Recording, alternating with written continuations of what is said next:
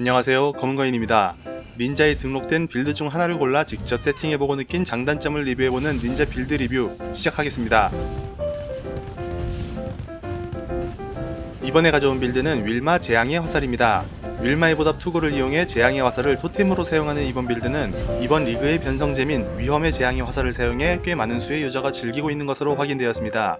단계를 모아 포자 주머니를 늘려 발사하던 기존 재앙의 화살에서 단계가 사라지고 포자 주머니가 한 개로 고정된 대신 피해량과 추가 피해 효율이 올라간 변성잼인 위험의 재앙의 화살은 단계를 모으는 시간이 사라져 빠르게 투사체를 발사하는 토템을 볼 수 있었습니다.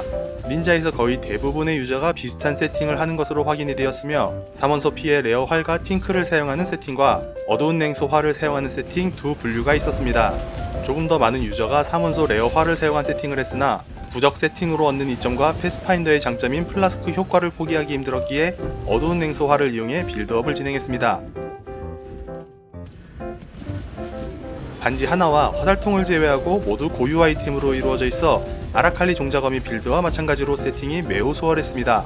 타락 옵션의 효율이 좋아 매물에 대한 걱정이 있었지만 생각보다 매물이 많이 있었으며 가격대 또한 저렴하게 형성되어 있어 부담없이 구매 세팅을 할 수 있었습니다.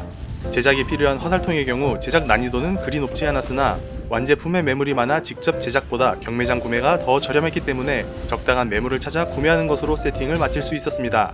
중독 확률은 자연스럽게 100%가 이루어졌으며 부족한 힘과 지능, 카오스 저항과 같은 부분은 모두 부적으로 해결이 가능했기에 부적을 사용할 수 있는 이번 리그에서 조금 더 완성도가 높은 세팅이 가능하게 되었습니다. 다만 정확도를 챙기는 부분에 있어서 유저마다 세팅이 달랐기 때문에 직접 POB를 통해 내게 필요한 정확도가 얼마인지를 체크하는 과정이 필요했고 팔 숙련으로 쉽게 맞추는 방법이 있었지만 패시브 포인트를 최대한 아끼기 위해 레어 반지에서 챙기는 것으로 마무리를 지을 수 있었습니다. 피석화와 전창조를 동시에 활용하면서 생명력 플라스크의 효과가 사라지지 않는 패스파인더의 노드로 인해 높은 회복과 피해 예방 둘 다 챙길 수 있기에 매우 단단하게 세팅이 가능했습니다. 빌드를 구성하고 검증하는 단계를 거칠 때 재단 옵션을 잘못 선택해 플라스크 충전이 꼬여 사망한 한 번의 경우를 제외하고 단 한 번도 죽지 않고 매핑과 보스의 진행이 가능할 정도였죠. 토템의 최대 단점인 설치 후 공격까지의 딜레이는 윌마의 보답 옵션으로 인해 빠른 공격 속도를 가지기에 거의 딜레이가 느껴지지 않았으며 이런 단단한 세팅임에도 불구하고 총주교의 패턴 스킵이 가능할 정도로 준수한 DPS를 보여주는 모습 또한 확인이 가능했습니다. 포자의 추가 투사체로 인해 넓은 범위를 가져 매핑에서의 클리어링도 나름 만족스러웠으며 중독 최대 DPS까지 도달하는 시간이 짧아 여태 리뷰를 진행한 빌드 중 가장 강력한 단일 딜을 보여주었습니다. 하지만 가장 큰 단점으로 생명력 플라스크의 지속적인 사용이 필수였습니다. 높은 회복을 기반으로 생존과 마나 소모를 해결했기에 3에서 4초에 한 번씩 생명력 플라스크를 사용해야 하는 불편함이 있었습니다.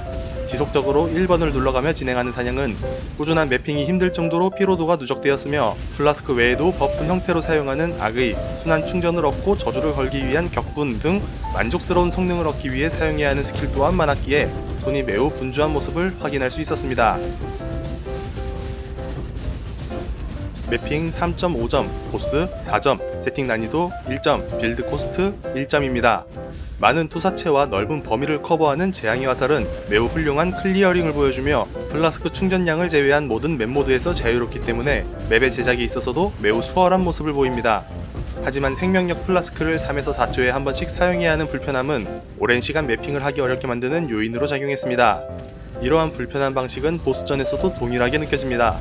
패턴 피하고 토템 소환하면서 격분 쓰고 플라스크 먹고 죽은 토템 다시 소환하고 굉장히 바쁜 보스전을 치러야 했으며 DPS는 준수하게 잘 나오기 때문에 그나마 전투가 길어지지 않는 것이 다행이었죠.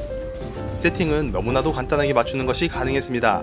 필요한 매물은 많이 있었으며 부담없는 가격에 구매가 가능했고 제작이 필요한 레어 또한 완제품으로 제작되어 경매장에 올라오는 것이 많아 간단하게 구매 세팅을 마치는 것이 가능했습니다.